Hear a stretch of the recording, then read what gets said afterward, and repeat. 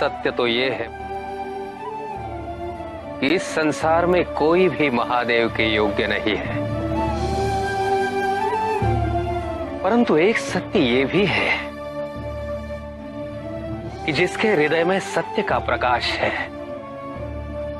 मन में सच्ची लगन है, सच्चा प्रेम है, वो महादेव के योग्य बन सकता है। मैं आज आपसे जिस ज्ञान की बात करने जा रहा हूं वो मुझे स्वयं महादेव से प्राप्त हुआ है। आपके माध्यम से सामान्य जन इस ज्ञान को सूत्र के रूप में जान सकेंगे। आपके जीवन के 3 प्रमुख उद्देश्यों में से यह भी एक है।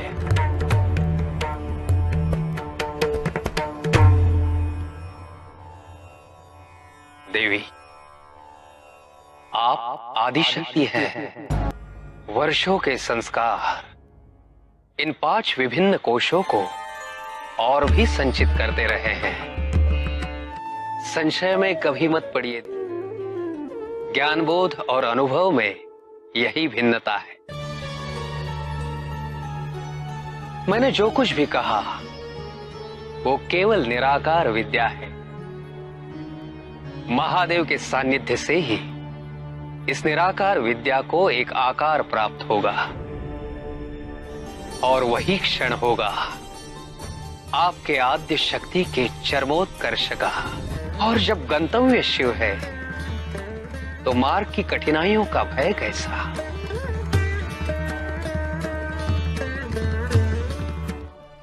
भगवान जी पत्थर के अंदर क्यों होते हैं ऋषिवर? भगवान तो सर्वव्यापी है, परंतु पत्थर प्रत्यक्षीकरण है उस अदृश्य प्राचीर का जो भगवान और मनुष्य के बीच है। पर मनुष्य को इस प्राचीर के पार जाने हेतु क्या करना चाहिए ऋषिवर? संसार में यही एक प्राचीर है जिसे गिराना अत्यंत कठिन है। इस कठिन प्राचीर को संसार की सबसे कोमल वस्तु ही तोड़ सकती है, और वो है करुणा। करुणा कैसे उपजती है ऋषिवर? तड़प से। इस संसार के सभी जीव उस परब्रह्म परमेश्वर से बिछड़े हुए हैं। जब आत्मा को अपने सत्य की अनुभूति होती है, परमेश्वर से दूर जाते संसार को कष्ट में देख हृदय जब दुखी होता है, तब उस हृदय से उस पुनर्मिलन की उत्कंठा जाग जाती है। सत्य तो यही है मानस, कि यदि तुम समस्त लोगों पर भी विजय प्राप्त कर लो तब भी तुम पराजित ही रहो। जब तक तुम अपने मन को नियंत्रित नहीं कर लेते, अपनी महत्वाकांक्षा पर विजय नहीं प्राप्त कर लेते,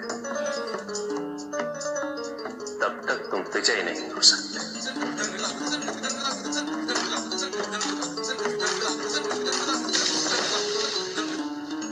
और जिस क्षण ऐसा हो गया भालासुर, उस क्षण तुम्हें युद्ध और विजय की निरर्थकता का बोध हो जाएगा। शक्ति और पराक्रम से तो किसी को भी पराजित करना अत्यंत सरल है, किंतु विजय तो तभी संभव है भालासुर, जब कोई व्यक्ति औरों के मन पर प्रेम, संवेदना, उदारता, धैर्य और नम्रता से विजय प्राप्त कर ले। तुम्हारे पूर्वजों क्रूरता करने वाले कई असुर थे जो अत्यंत शक्तिशाली थे, किंतु जो सम्मान प्रहलाद और बाली को प्राप्त हुआ, क्या वो सम्मान किसी और को प्राप्त है?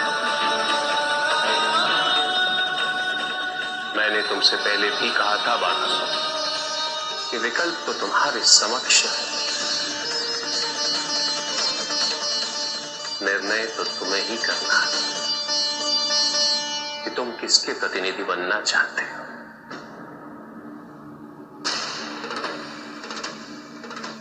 बाणासुर, तुम सबसे भाग्यवान हो, क्योंकि साक्षात महादेव तुम्हारे साथ हैं।